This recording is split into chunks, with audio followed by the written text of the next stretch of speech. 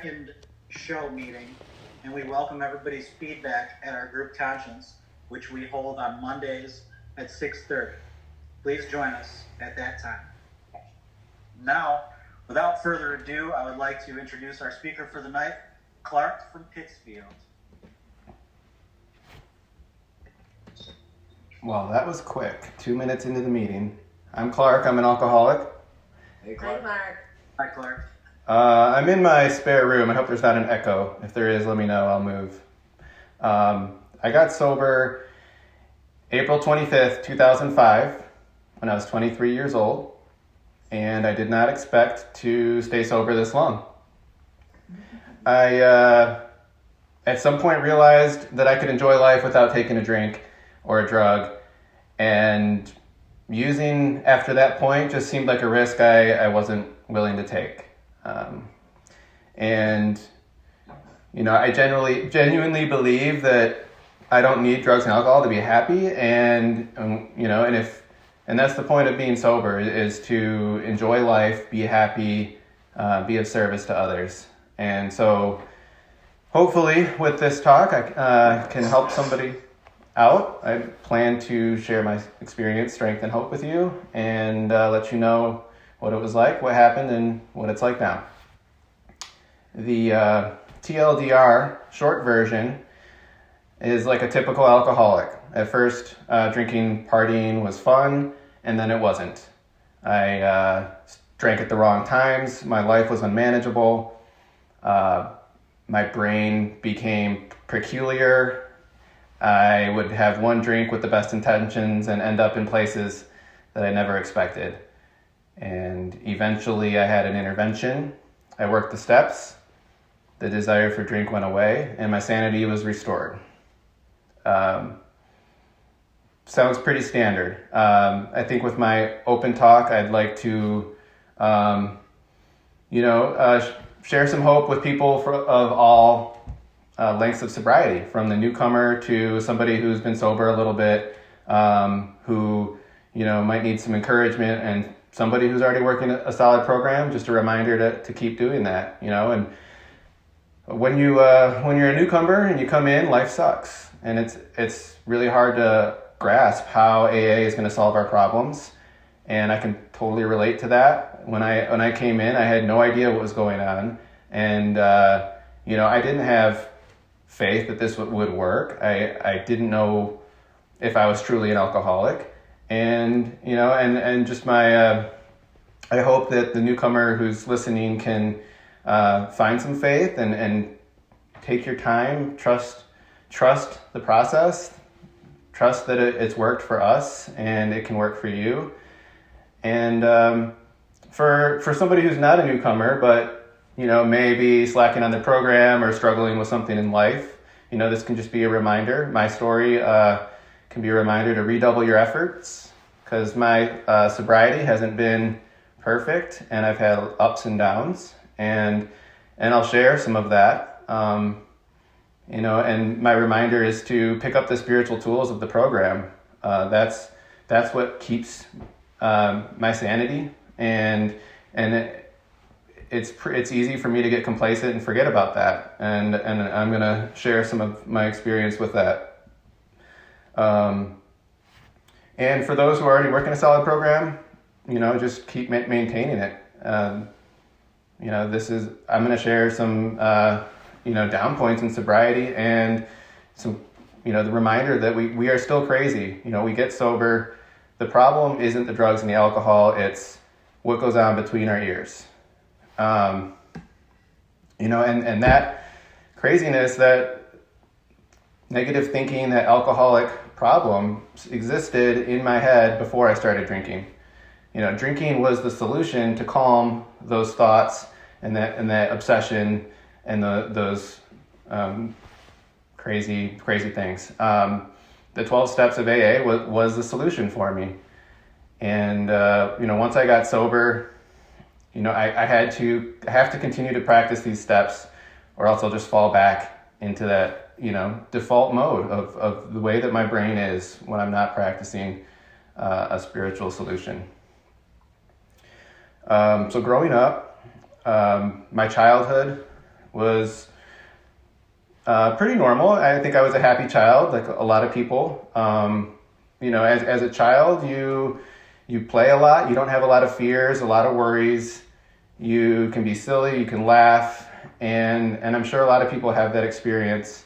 And I mention that because, I think that sense of innocence and purity and faith in the world and trust in the people around you is something that, I eventually have lost in my, alcoholism. And the reason why I want to practice these principles and stay sober is so that I can regain that faith in the world and trust in people and have that peace and serenity.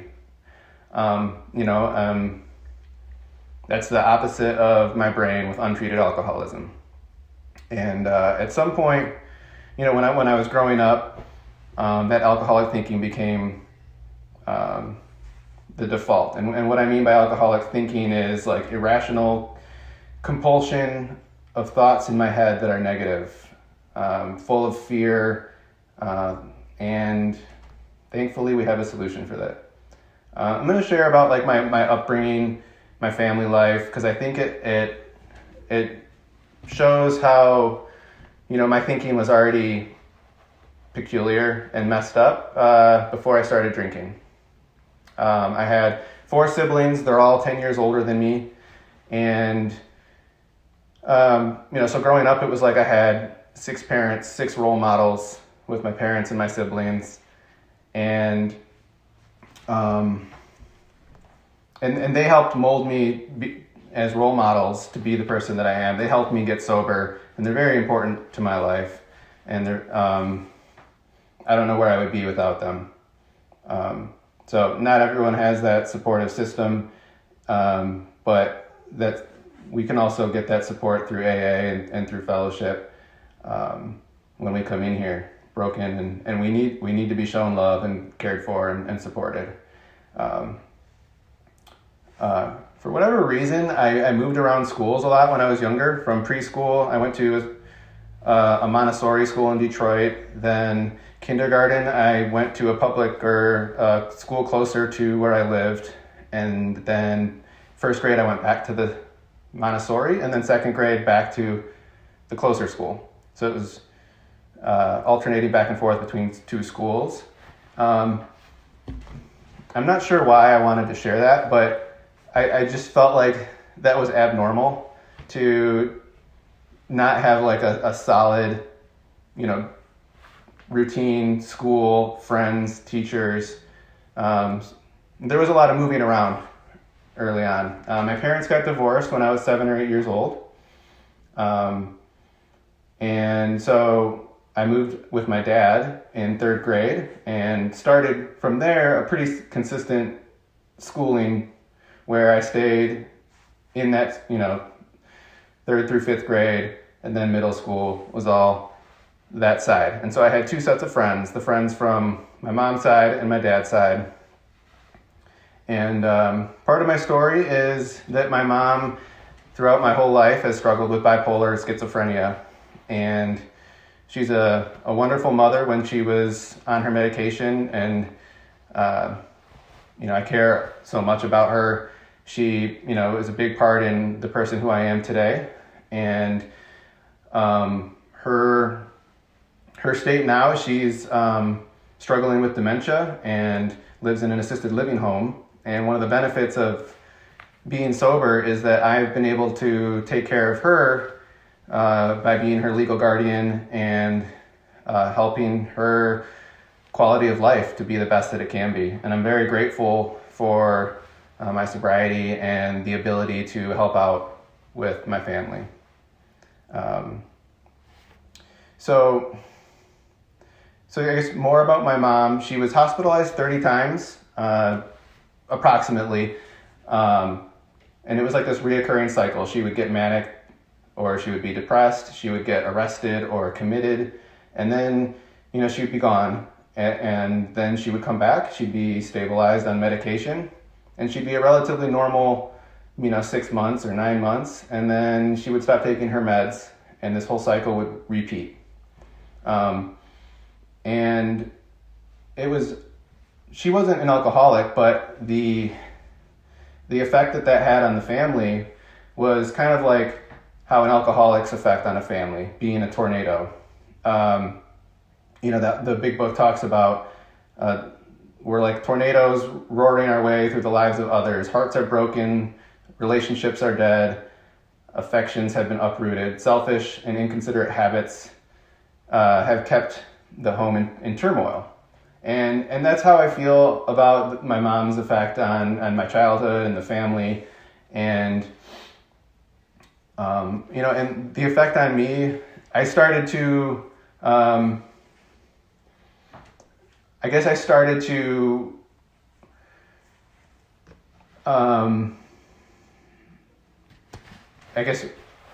be in my head more, because of my mom's, so I was like embarrassed in a lot of ways. So some of the things that my mom did, when she was manic, like things around the neighborhood, she stole the neighbor's dog one time, or, she locked the neighbors out of their own house, and she interrupted a church, mass at the local church that everyone in the community, friends of our family were there. And so I always had this feeling growing up that like things were about to fall apart. My mom was always about to do something crazy. I was always a little bit on edge. My friends' parents wouldn't let their friends come over anymore, because it wasn't safe to be around my mom. My school teachers had to be informed that my mom was unstable, and they had to keep an eye out for her so she wouldn't like come to school and try and take me or pick me up or interact with me on the playground. I couldn't go out for recess sometimes. And, my mom was known as Crazy Helen. And it was like this embarrassing thing for me as a child. And I started to develop some of that alcoholic thinking around that situation, where I would be in fear of what other people thought of me. And I would be oversensitive to the way that my mom would actions around me. Like I was always worried that she was getting off of her meds and she was going to do something crazy. And so there was this lack of trust and this faith and this fear was developing inside of me. This anxiety developed. And, I was always doing this inner dialogue, trying to figure things out. Like if I could figure out that my mom was off her meds, that I could somehow control the situation, or that I could somehow fix the situation. But it didn't matter, how much I thought about it, or it never fixed anything. And, as these thinking patterns over time got worse, more emotions and more pain and more fear, eventually the solution for me was drugs and alcohol. And, my mom, some of the worst things that happened, she was arrested for stalking a priest. She disappeared for a week. The FBI was involved in tracking her. She ended up shooting herself in the stomach with a gun. And, she's survived that, but she was very delusional. And, as a teenager growing up, life's hard enough going through middle school and high school and trying to grow up without having, your mom doing these crazy things. And so when those intense situations happened with my mom, I kind of numbed my feelings. I stopped wanting to, look at hard things. And, I resorted to drinking and alcohol to numb the pain and all that hard stuff. And it wasn't just drugs and alcohol. I would escape with anything. It could have been, sports, music, watching TV, spending time on the computer, playing video games. And, that was kind of my thing, was just, I would not want to deal with any real issues. And that pattern and behavior has stuck with me throughout my drinking and in sobriety. And that's something that I constantly have to deal with. And that's what the solution of the 12 steps, it allows me to have a solution that's not drugs and alcohol. So in high school, I didn't really start drinking till heavily till junior year. But I started resenting things a lot more as a high schooler. Authority figures, parents, school, all the cliques and certain people, and the anxiety levels got higher and higher, trying to fit in or not feel awkward, or just be happy in school, and finding some friends who like to drink and smoke weed really made things easier and helped out with that lack of peace and serenity. So some of my drinking stories to validate that I'm an alcoholic. The first time I got drunk, my friend stole like a 12-pack or a case, and the three of us, we were drinking. The first 4 beers were gross, and we ended up going rollerblading, and I remember feeling free. Like after having those 4 beers going through my system and just flying down the street, and everything just felt awesome. I ended up falling on the rollerblades and skinned my knee, and wasn't fazed by it at all. As I guess this was between 8th and 9th grade. And, I pulled up my pants and looked at my knee, and it was like gushing with blood, and it didn't hurt at all. And I thought that was the coolest thing. Like, wow, this drinking thing is awesome. I can hurt myself and it doesn't hurt. And then we got back from rollerblading. The next 4 beers were like water. They just went down really fast, and I puked all over my friend's quilt, his family's quilt, and dry heaved all night into the morning until my mom picked me up the next morning, and she had no idea. The first time I had a 40 ounce, it's an interesting story. It was a half day in high school. It was Old English 800, and we went to this backyard party with some seniors who were kind of druggy losers, but as a freshman, I thought it was pretty cool. We had like 6 people piled into a Chevette. I only had 140, so I thought I was going to be fine, but then we smoked the brownest weed I've ever seen, and it had like crystals or something on it, and got really messed up. I ended up telling them, get out, let me out, I can't sit in the back seat with 4 people. And I ended up like walking through a neighborhood, passing out in somebody's garden, and just because I couldn't walk, and had dirt on the side of my face when I woke up. Like, this is 1 o'clock in the afternoon on a school, like a Wednesday, in Grosse Pointe. And so I'm trying to walk home at this point, and I make it through the hill, which is like a downtown area, kind of like maybe similar to Main Street for 2 blocks.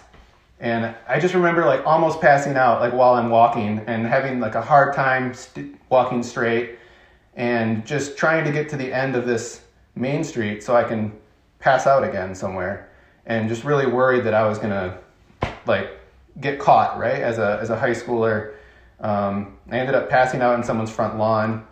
She came home from work at 4 o'clock and found me laying on her lawn and drove me home, and I had to puke out of her car door, and went home. My dad never knew. So I think my parents never really knew how much I was using or drinking. I hid it very well, and I think I was high pretty much every day off of smoking pot every day in junior, senior year, and that was just my default.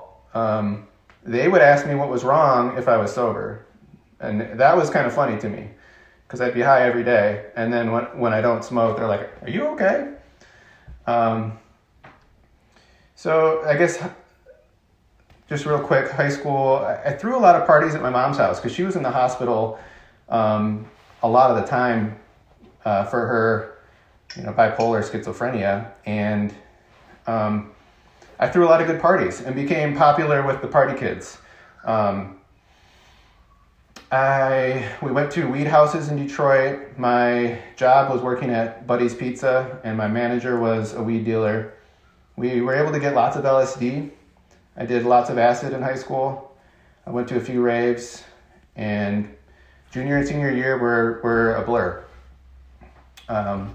Definitely got high right before walking across the stage in graduation. That was like my high school career in a nutshell. College, I went to Northern Michigan University and failed my first semester 0.0. I didn't go to any of my finals, and obviously they kicked me out. I did not appeal that because I just knew that I wasn't ready at that point. So my brother and my dad were encouraging me to maybe try go get a job in computers, because I used to do computers and used to have hobbies before all I did was smoke pot and drink. I ended up getting an internship in California, in San Francisco, for a few years, and life got really good. That was like one of the best points of my using, because I was 19 years old, I was making good money, I was living in a big city, and it made me feel like I was better than all my friends in high school, because they were stuck in college doing homework when I was drinking and smoking and partying it up. Eventually the bubble burst in the .com. Everyone lost their jobs, so I ended up moving back to Michigan, and we're nearing now a bottom when I went from San Francisco to living in my dad's basement and going to Wayne State. I started hanging out with the wrong people and started to dabble with crack cocaine and getting myself in bad situations. I would intend on going out to the bar to have a drink with a friend, and we would get drunk, and he was the type of guy that wanted to do some stimulants or some uppers. So he was always encouraging me to go out, and I had the intention of having a couple drinks, but what would end up happening is I would end up, in the basement of a crack house in Detroit, or getting into a fight on the street at 2 a.m. with somebody outside of a liquor store, and just like all of the things that they say alcoholics do, drinking at the wrong time. I had class at Wayne State, but I would be hungover, so I would drink a 40 before class as I'm driving down 94 to go to school. And then, that would just turn into like a 36-hour bender where I'm just getting drunk all day and not making it into work. And my life was definitely unmanageable. I had no focus. I had no ability I didn't know what I wanted in life. And I just kept using, and it was this cycle of doing good for a little bit and 6 months, and then relaxing and drinking more and partying more and thinking that I got this shit. I always felt like I was so smart I didn't need to go to class and do the homework. I could just show up and pass the tests, and it was like this cycle of failing classes, people telling me, hey man, you need to get your shit together, and then me doing that for a period of time, and it was just over and over and over. And eventually my loving family did an intervention, and that was one of the first times I would say that like I remember that I had a spiritual experience, and I surrendered, because I've always had the plan in my head. How am I gonna fix this continual cycle that I keep getting myself into? And finally, I decided I was done running the show in my head, and I gave in and decided to let my family choose what was the right path. And it was a real intervention. We went straight to the farm or detox, and I remember when I got to detox, there was this relief, this weight lifted off of me. After I did my intake, I'm standing on the 3rd floor looking out the window. and watching my family's car drive away. And it was like this really surreal, sad moment. Like I thought I was this, awesome person who like had his life together, and here I am, like, what happened? But at the same time, the relief, like the weight was lifted off my shoulders. I knew that what I was doing was the right thing, and I knew that what had been going on for the last 7 years was insane, and I just, that weight was disappearing. I could feel it in that moment.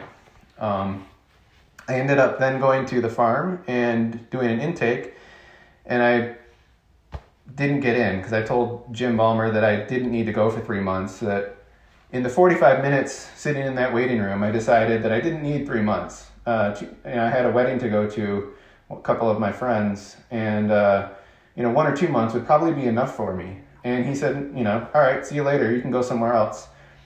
And I couldn't even get into rehab properly. And that was another moment where I broke down crying. Like, what is wrong with me? I had full intentions of going to the farm and getting better. And now I'm sitting here, asking my dad to pick me up and take me home because I didn't get in. I've had a lot of spiritual moments, experiences, and it's usually when I realize that me controlling the situation is not working for me, and I need to let go, and I need to trust something other than myself.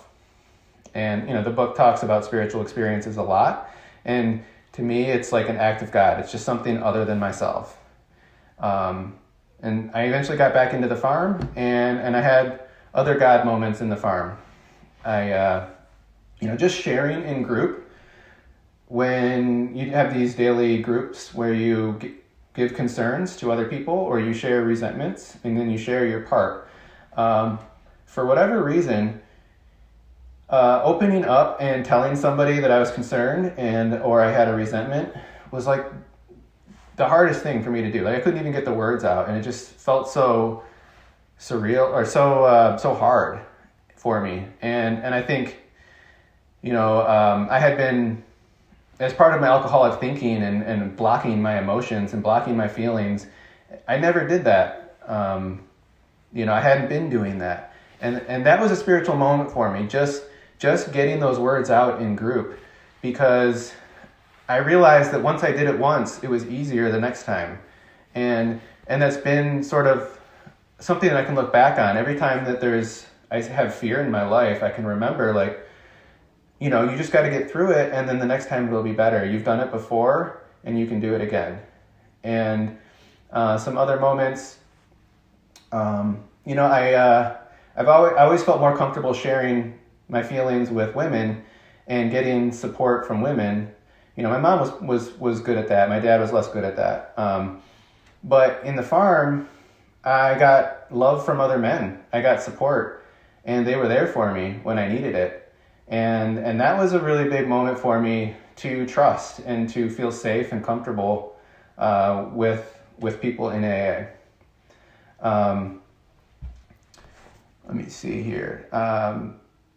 Another God moment was, I was really upset that they didn't give me third phase.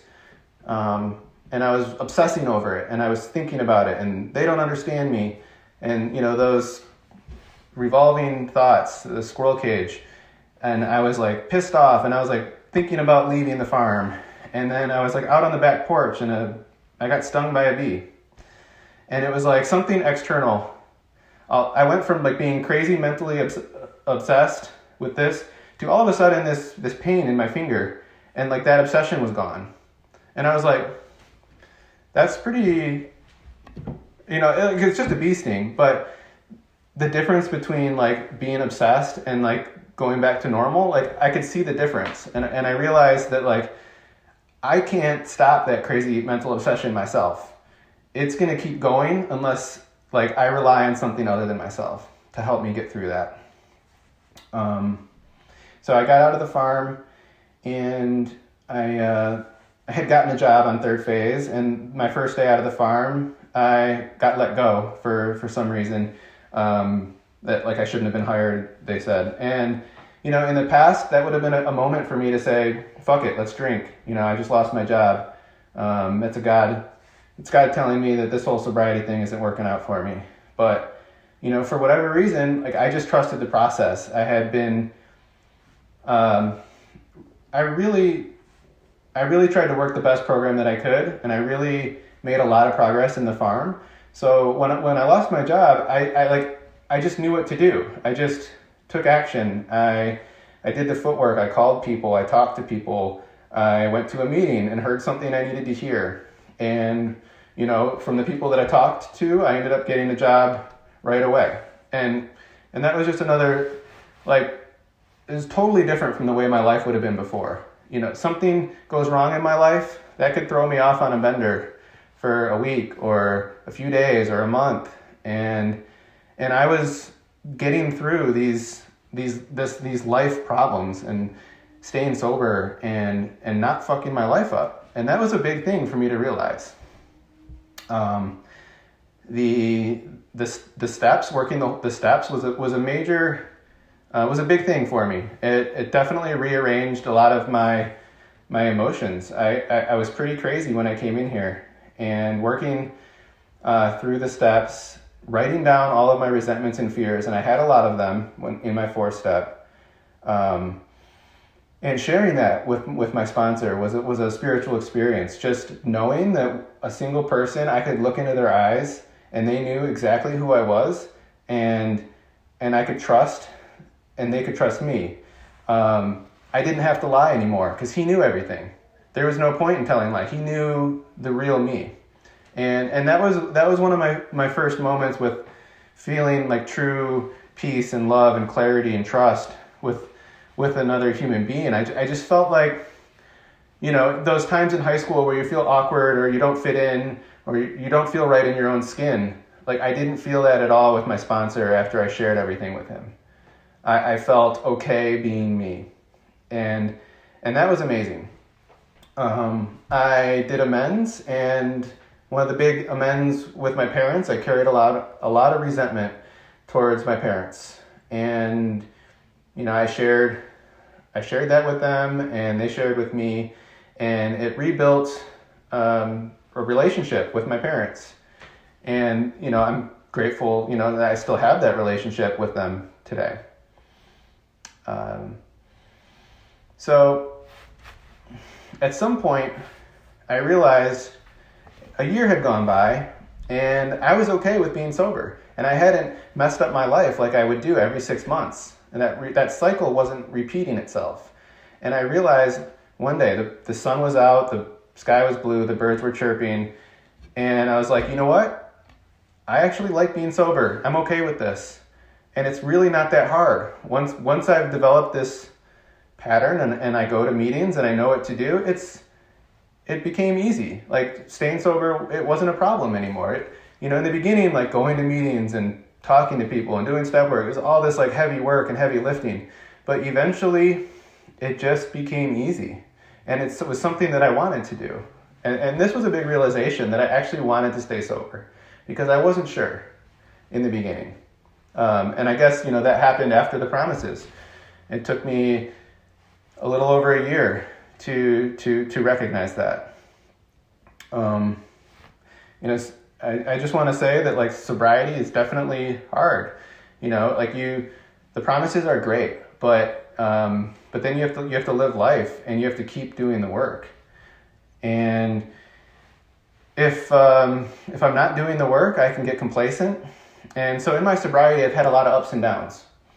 I would say around like 4 or 5 years sober, after working a solid program, my meetings started to slow down. I stopped working and I went back to school, and I just started to fall back into some of my old alcoholic thinking. I started to isolate more, and more of that anxiety would come back, that lack of action and depression. I was trying to go to school and be a poker player at the same time, and I thought I could manage both, but I ended up kind of living the same lifestyle that I lived when I was using, because I'd go to the casino and stay up till 4 a.m, or play all night long on these poker benders, and I'd sleep all day, and I'd skip class, and I'd feel guilty, and if I lost money, or I'd feel awesome when I won, and it was just like this quick, short-term feeling that would disappear. And I had no solution to stay sober. To stay happy in those moments. And I got pretty depressed, and I was down, and I needed like a mini intervention to refocus my energy again. Like, my family got together and said, in a group, sat me down, and they were like, hey, like, we notice you're not doing as well as you were, and you're not as happy. And I'm grateful for my family for that. And, so what I did after they brought that up, I decided, yes, I want to be happy. I haven't been living right. I'm going to stop playing poker. I'm going to refocus. I'm going to go to therapy. I'm going to do step work.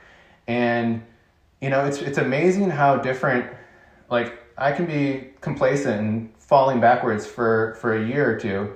And I can, like, pick up the willingness and take a little bit of action, and like 3 weeks later feel completely different, or even 1 week or 2 weeks. It's amazing if you're feeling down, or you're in sobriety, you're feeling disconnected or not happy, how all you have to do is pick up the tools and do the work, and you can have like a massive emotional rearrangement. I went from like being depressed and unproductive, not being able to do anything. I was lacking confidence, to just do simple, basic life tasks, to, refocusing and like being productive, getting a job, going back to school, focusing on my career.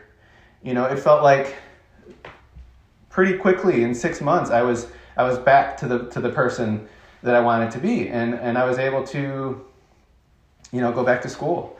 And that was like a start of a period of some solid sobriety where I was doing school. I graduated, and I got a job in my career, and I started doing that, and I was really focused with this career, and and so like as the ups and downs of sobriety, like, eventually I got complacent again. I was stressed at work and overeating, and in a relationship that was hard, and I started taking Celexa to manage my depression, and it was hard, and I ended up having a failed relationship. And at that point, I had just been so stressed out with my feelings and anxiety and relationship therapy that I decided I was done with internal reflection. I was like, I'm just going to live. I'm just going to stop doing therapy, stop looking inside, just stop caring about the little things in life. Just do what I want to do and have fun. And that sort of avoidance of any true work and growth after that breakup, and this was, I don't know, 12 years sober or something like that. Really, really set me back to eventually, getting complacent again, and my alcoholic thinking came back. And this is like a pattern, right? It's something that I've just realized recently, that I've been pretty disconnected over the last 3 years with my spiritual connection, and my peace and serenity has been not so great, and realizing that now, something feels different about where I'm at today. Like, I realize that I don't want to live that way anymore. I don't want to have these ups and downs in sobriety so much, because the downs, they sneak up on you. You don't realize it. It's slow, and you can. Like, I remember being asked like a year ago, if I was truly happy, and that kind of open-ended question that when people ask me, I'm like, what do you mean? Like, of course I'm happy. Life's good, and I can talk about how, like, I get what I want out of life. I've got a house, I've got a job, I've got a car, I can do whatever I want, I can travel. Life is great. But really on the inside, I knew something wasn't right. I knew I was broken spiritually, and that those thoughts would go through my head. And, I was not confident at work. I was not happy. I wasn't able to be a good partner in a relationship. And that slow regression, just the fact that I didn't know, I knew I wasn't unhappy, but I didn't know how to fix it. I didn't know what the problem was. I thought I was being spiritual because logically I knew what my higher power was and I knew my ethics and my morals, but I wasn't truly connected. I wasn't truly utilizing the power greater than myself. I was using myself to figure everything out in my head. And that just doesn't work for me. It makes me unhappy. And I've realized recently that I have to maintain that spiritual connection, and I have to be able to let go of trying to figure everything out in my head and trust others. And, so some of the things that I've been doing recently, I've been, in being in isolation in coronavirus period, like I've got nothing but my thoughts to deal with, right? So I've had to do a lot of work, praying every day and jumping into doing the steps again, to reaching out to others, and I've felt that peace and that serenity come back to me. And it's been an awakening recently, just realizing how much time I wasted by in sobriety, just not being connected. All the opportunities, the precious moments where I was disconnected and I wasn't able to figure it out and on my own. And just I don't want that to happen again. I want to maintain, continue doing the work. It's every day we have to do this if we want to be that person that we want, that have that childish love for life when we had no fear. That's what I want. And, AA is that solution. We have that get out of jail free card every day. We wake up, we can do that. And the spiritual solution is the answer. So I want to encourage, if anyone is complacent or stuck in neutral, or if you ever question, is your happiness really not as full as it can be? Are you actively working on growing your connection with your higher power?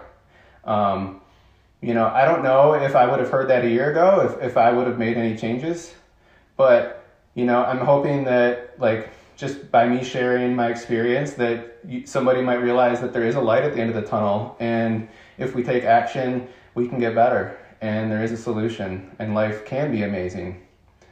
So I'm going to end with a poem that I heard recently that describes my desire to live life happy and free.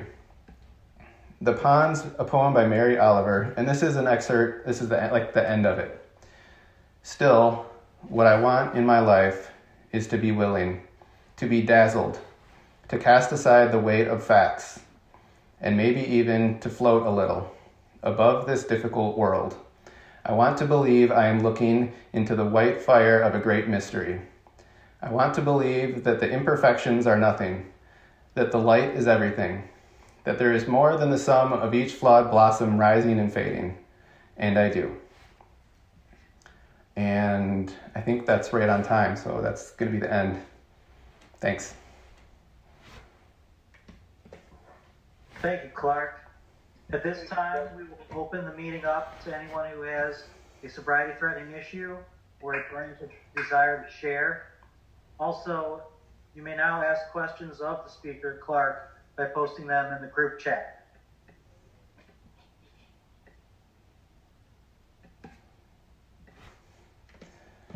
Bring them on.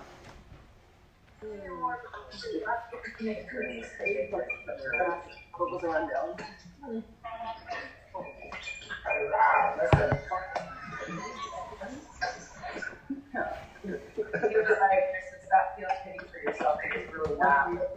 You'll get it.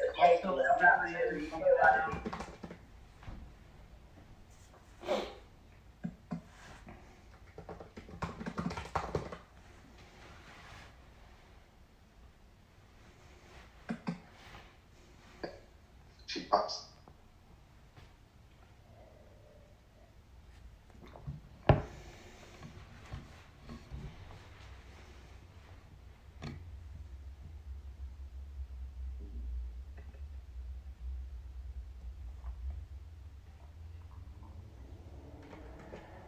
If anyone has any burning desires to share, can relate, or has any questions, let me know.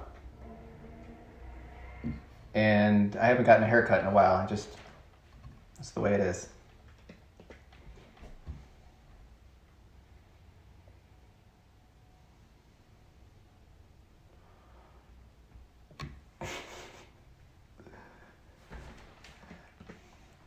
Thanks, Hannah. It's very important to have good hair on Zoom.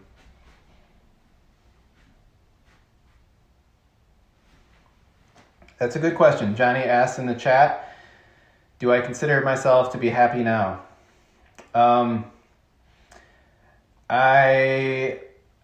think I have more peace and serenity and calm, and the amount of thoughts that spiral through my head just in the past month have reduced a lot. And I think that I'm also working on a lot of the things that I know that I will need to do to be happy. Like I need to be able to share honestly and openly about what's going on inside of me. And that's still hard. And there are times where I don't want to do that.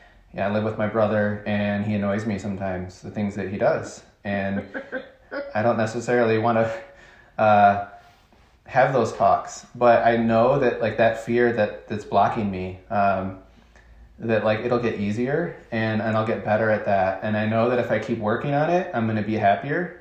And I'm going to, with who I am. And I think the more that I share what's going on inside of me,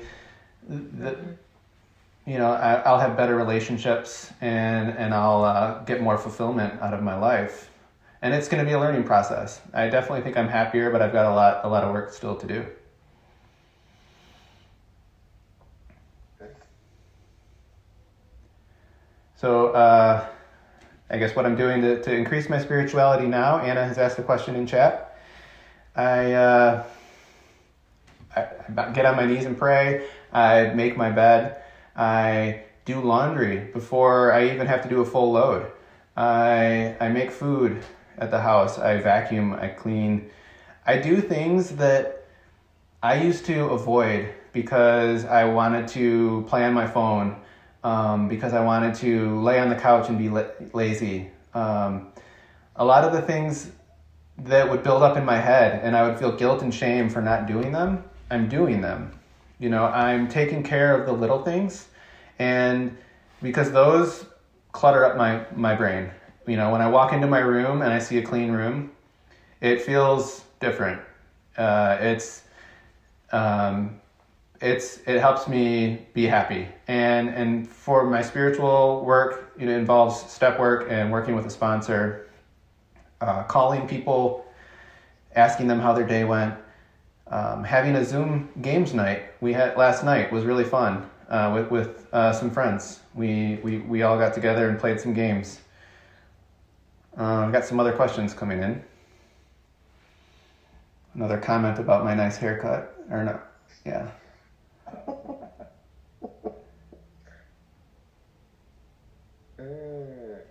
Hold on, I don't want to miss anything. Okay, how did I begin my spiritual pathway? Did I use Al-Anon literature, a formal church setting? I had no idea what a spiritual solution was. And I went to Sunday school growing up. I got baptized and did communion and my mom was involved in the church. I never felt connected to anything in a spiritual way. I just didn't understand it. And I think the first time I realized like my spiritual pathway was just through working the steps. And trying to develop a concept of what a higher power was to me and realizing that I was not the spiritual pathway and that, I needed to, my perspective on life was not the same as everyone else's perspective on life. and that was like opened up the world to me, because I was just, everything was small, and what I thought was right was right. And then when I realized that there's so much more out there in this world, I think it really opened up my eyes, and I was able to then see more, and see the spirit, and just see the world around me in a different way. And I think that helped, and just getting rid of self was really the beginning of my spiritual pathway.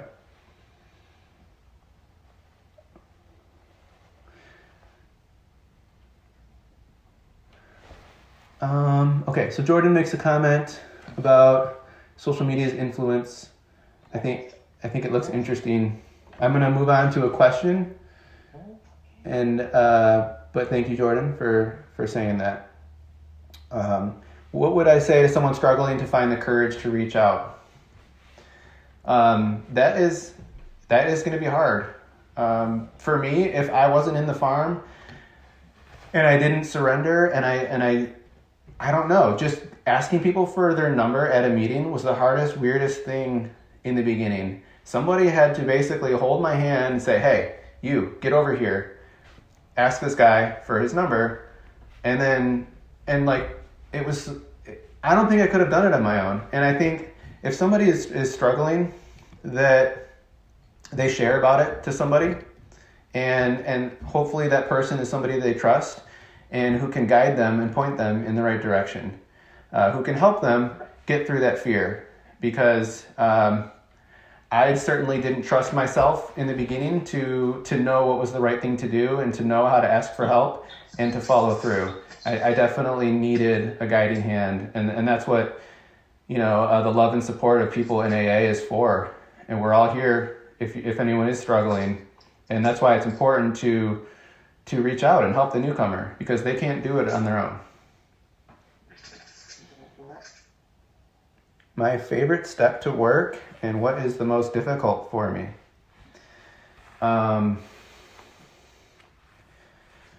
I don't know.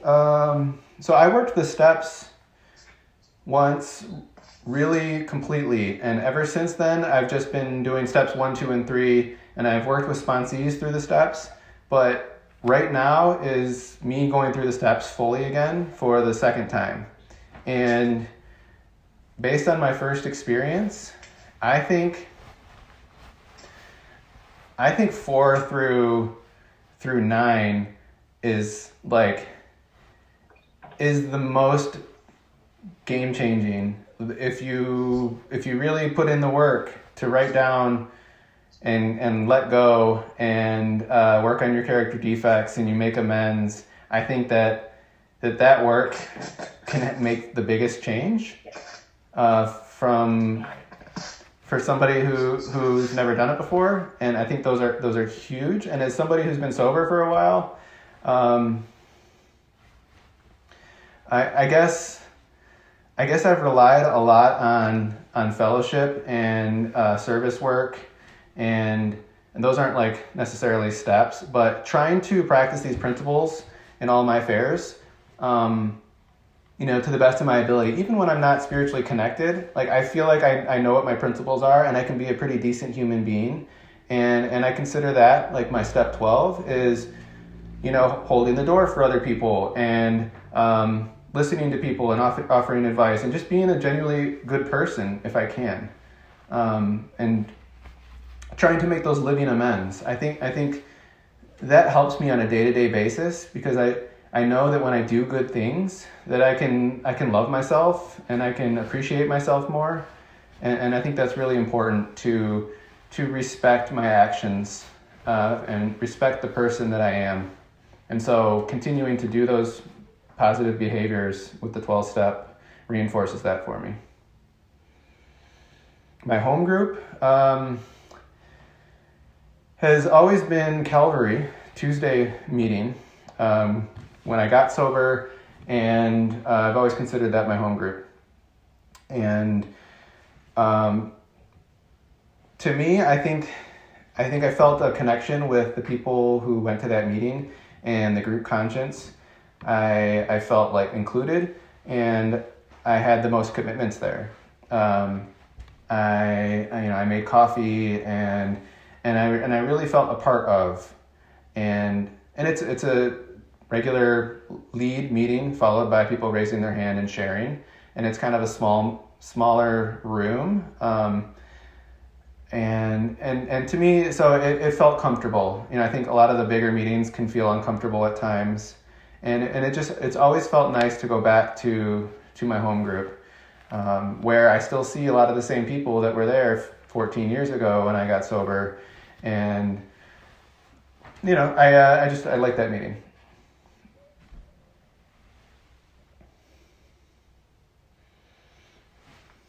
Okay, so Anna, I love you and your dad and your mom and John, and thank you for coming.